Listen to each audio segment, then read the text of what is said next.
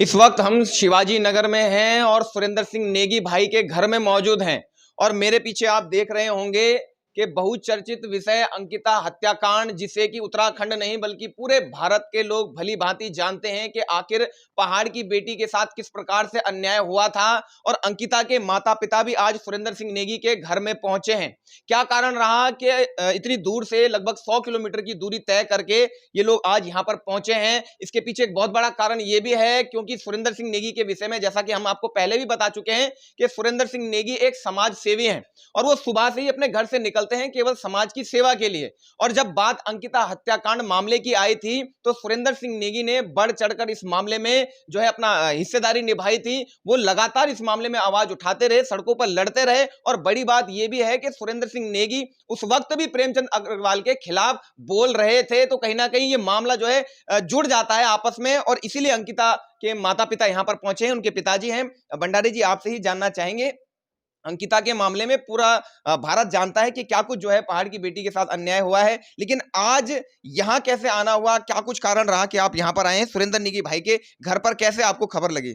खबर हमें कल शाम को लगी, जब हमने वीडियो पे देखा कि एक विधायक, मतलब कैबिनेट दर्जे का मंत्री, जी और उनका गनर और जो उनके प्यारो थे, जी वो दौड़ा-दौड़ा के सुरेंद्र भाई को लात और घूंसे से मार रहे थे। जी तो जब मैंने उनकी फ़ोटो देखी वीडियो पे, तो मैंने देखा कि तो ये तो सुरेंद्र भाई हैं, सुरेंद्र जी सिंह नेगी जी हैं, जो कि कोयल घाटी में हमारे साथ धरने स्थल पे बैठे हुए थे। और जो धरने पे बैठे हुए जो लोग थे, उनको चाय-पानी की व्यवस्था, खाने-पीने की व्यवस्था, पूरी व्यवस्था करते थे। मतलब एक सामाजिक जैसे सेवा करते थे, वैसे इन्होंने एक सामाजिक एक एक रूप वहाँ पे मतलब अपना रोल अदा किया। जी तो हमें बड़ा दुःख हुआ और हमें एकदम खून हमारा खौला। हमने कहा हमने कल जो है रिस्क के जाना है जी और उनके परिवार को मिलना है, सुरेंद्र भाई को मिलना है। तो मैं माननीय मुख्यमंत्री पुष्कर सिंह धामी जी से ये कहना चाहता हूँ कि आपने इनको इसीलिए दिया था कि जो 4 वार्ड के विधायक, और उनको आपने कैबिनेट का मंत्र दिया है, और अपने ही विधानसभा में अपने ही जनता और एक सामाजिक कार्यकर्ता पे लात और घूंसे मार रहे हैं। जी और फिर ये तो प्रेमचंद अग्रवाल जी का जो है एक पाप का घड़ा फूटा है जी कि जो अभी विधानसभा सत्र के दौरान गैरसैंण में उन्होंने कहा कि अंकिता केस में कहा कि अंकित वहाँ पे एक वीआईपी नहीं था, वीआईपी एक कमरा था। तो मैं ये कहना चाहता हूँ कि जो विधायक और मंत्री अंकिता के केस में हस्तक्षेप कर रहे हैं जी और विनोद आर्य का साथ दे रहे हैं, तो ऐसे मंत्रियों और विधायकों को तुरंत तो अपनी सरकार से इनको निलंबित और सब बर्खास्त किया जाए। जी, बहुत बड़ी बात जो है इन्होंने कही है क्योंकि मंत्री प्रेमचंद अग्रवाल ने अंकिता मामले में भी एक बहुत बड़ा बयान दिया था। और जब वीआईपी की बात आ रही थी, जब तमाम उत्तराखंड की जनता वीआईपी का नाम उजागर करने की बात कह रही थी, उस वक्त प्रेमचंद अग्रवाल जी मीडिया को बाइट देते हुए कहते हुए नजर आ रहे हैं कि वीआईपी कोई शख्स नहीं, कोई व्यक्ति नहीं है, बल्कि वीआईपी एक कमरा है। तो कहीं ना कहीं इस विवाद में भी वो घिर गए थे, अपने इस बयान में भी घिर गए थे। उनको इस बात की जरा भी खबर नहीं है कि उत्तराखंड की एक मासूम बेटी के साथ इस प्रकार की बर्बरता हो जाती है। पूरा उत्तराखंड उसके लिए लड़ रहा है और वो क्षेत्रीय विधायक होकर ऐसा बयान दे रहे हैं। ये शर्मसार था अपने आप में। अंकिता की माताजी भी हैं और उनसे भी मेरा यही सवाल है। उत्तराखंड की जो न्याय व्यवस्था है, कानून व्यवस्था है, वो आपने अंकिता वाले मामले में देख लिया। आप लोग लगातार लड़ते रहे, आपके साथ तमाम जनता लड़ती रही, आशुतोष भाई लड़ते रहे। अभी क्या कुछ कहना चाहेंगी? एक विधायक मंत्री जिस पर जनता का इतना भरोसा होता है, वो एक शख्स को, आम आदमी को सड़क पर पीटने का काम करता है। क्या कुछ कहना चाहेंगे? आज आप लोग भी यहाँ पर आए सुरेंद्र भाई के घर पर। जी, मैं ये कहना चाहती हूँ कि जिस तरह मतलब मेरे बेटे के साथ ये अत्याचार हुआ था, तो इस केस में सारी जनता ने मतलब उस बेटे के लिए संघर्ष किया। जी उनमें से ये भाई भी थे। तो मुझे लगता है कि उन्हीं की खुंदक थी जो अग्रवाल ने, प्रेमचंद्र अग्रवाल ने मतलब इनको उम, बीच सड़क में मतलब मारा और पीटा।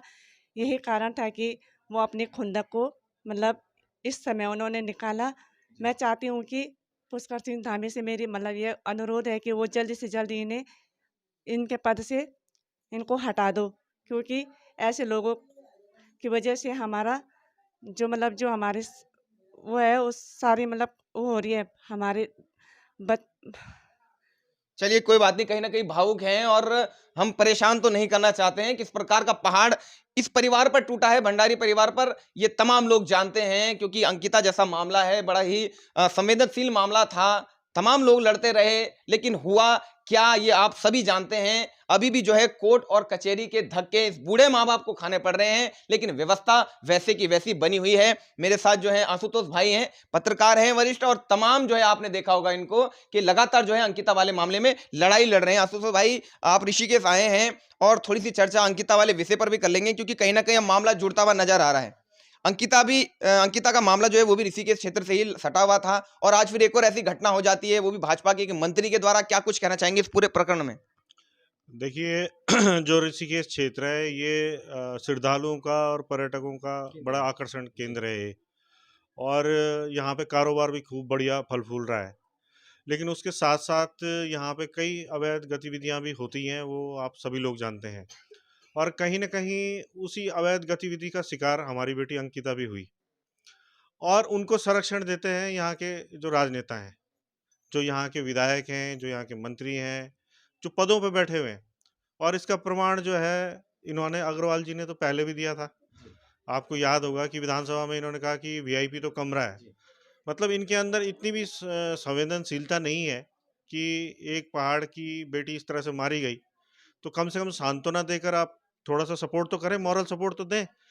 आप मॉरल सपोर्ट ना देते हुए वीआईपी को कमरा बता देते हैं, मतलब आपको कोई है ही नहीं, मतलब दर्द है ही नहीं। एक बात तो इन्होंने ये प्रमाणित की। और कल जब इन्होंने सुरेंद्र भाई को मारा तो इन्होंने ये साबित कर दिया है कि ये पहाड़ विरोधी हैं, ये पहाड़ के लोगों को पसंद नहीं करते हैं। और जब सुरेंद्र भाई वहाँ धरने पे बैठे हुए थे कोयल घाटी में, तो कहीं ना कहीं इनकी आंखों में खटके होंगे कि मेरा विरोध कर रहा है। भाई आप वीआईपी हैं क्या? मैं इनसे पूछना चाहता हूँ अग्रवाल जी से, क्या आप वो तथाकथित वो वीआईपी हो, वनंतरा रिजॉर्ट वाले, जो आप सुरेंद्र भाई को मार रहे हो? क्योंकि हम तो आवाज वीआईपी के खिलाफ उठा रहे थे। तो अगर आप वीआईपी हो मतलब आप क्रिमिनल हो, और तो आप बौखला रहे हो, तो तभी आपने मारा क्या? तो हमारा तो सीधा सीधा आरोप है कि इनका जो चरित्र है वो साफ तौर पे जनता के सामने कल आ गया है। इन्होंने एक गली के गुंडे की तरह जिस तरह से सुरेंद्र भाई को मारा है, इसका संज्ञान धामी जी को तत्काल ले लेना चाहिए। अब वो इनको बुला रहे हैं कि मैं इनसे बातचीत करूंगा, इनको तो बात करने का भी मौका नहीं मिलना चाहिए, क्योंकि वीडियो सामने सामने खुला कह रहा है कि इन्होंने, इनका गनर, ये खुद, इनका पीआरओ, ये 4-5 लोगों ने मिलके खुले तौर पे सड़क पे मारा है। तो पहले तो इन्हें सरकार से हटाया जाना चाहिए, कैबिनेट मंत्री से हटाया जाना चाहिए। और दूसरी बात ये है कि ये एक छोटा शहर नहीं है, ये अंतर्राष्ट्रीय स्तर का शहर है। यहाँ पे अंतर्राष्ट्रीय पर्यटक आते हैं, तो अंतर्राष्ट्रीय स्तर पे भी ये शहर की बदनामी करा रहे हैं। मतलब अगर यहाँ अंतर्राष्ट्रीय पर्यटक आता है, योग के लिए आता है, चाहे कल्चर के लिए आता है, चाहे धर्म के लिए आता है, उसके दिमाग में तो यही छवि जाएगी ना कि यहाँ का विधायक तो गुंडा है। तो जब वो अपने वोटर को मार सकता है तो अंतर्राष्ट्रीय पर्यटक को भी तो मारेगा। तो कहीं ना कहीं अंतर्राष्ट्रीय पर्यटक भी अब ऋषिकेश आने में डरेगा। तो कहीं ना कहीं केंद्र सरकार को भी सोचना चाहिए कि क्या ऐसा आदमी भाजपा में रखने लायक है।